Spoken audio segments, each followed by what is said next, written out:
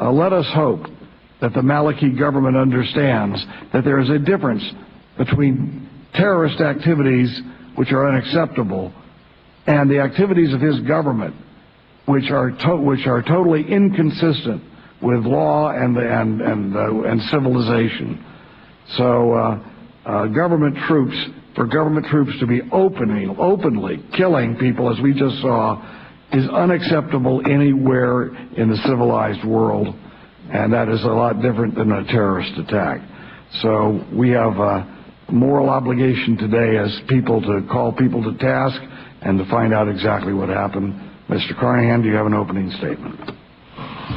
Yes, I do, and I want to thank you, Mr. Chairman, for this hearing today and for shining a bright light on this issue.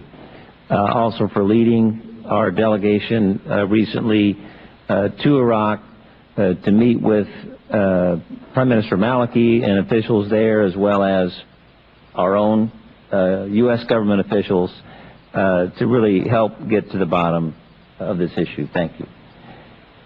Thank you very much. And I would ask Congressman Poe to take over the chair.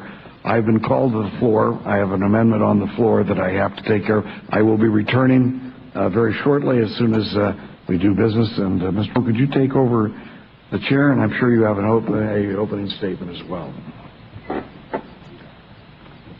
Thank you again, Mr. Chairman, and also want to recognize my colleague, Mr. Poe from Texas, who was also in our delegation, for his commitment on this issue as well. In light of recent events, our trip to Iraq and the scheduled departure of U.S. military this December, this hearing is especially timely for us to assess not only the humanitarian situation at Camp Ashraf, but also to consider the broader issues of U.S.-Iraq policy.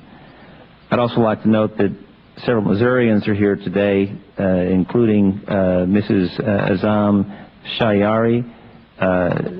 We're happy to have you here, whose son is currently at Camp Ashraf. I want to thank you all for being here and for your insight on these issues. The history of the MEK and Camp Ashraf is one that dates back several decades. During our trip to Iraq last month, we met with numerous people regarding the slaughter at Camp Ashraf on April 8th. Not surprisingly, we heard a lot of different and conflicting stories. What is not in dispute is that over 30 Camp Ashraf residents were killed, over 300 wounded by Iraqi security forces. These killings have been widely condemned, and I concur. In the week following the killings, the UN High Commissioner for Human Rights called for, quote, a full, independent, and transparent inquiry, and further added, quote, any person found responsible for the use of excessive force should be prosecuted. Again, I concur. A full, fair, and independent investigation will provide for the best means of finding a final determination of what happened, and will allow anyone found responsible to be brought to justice and help prevent future attacks. I look forward to hearing the insights of the witnesses here today regarding the human rights abuses, but also how we protect from future abuses. In 2003, the residents of Camp Ashraf had protected status under the Geneva Convention. And pursuant to the Status as a Forces Agreement between the U.S. and Iraqi governments, jurisdiction of the camp has been under Iraqi jurisdiction since 2009. With the drawdown of U.S. forces in Iraq, I believe that the UN or other independent body be given access to the camp to assess the humanitarian situation there.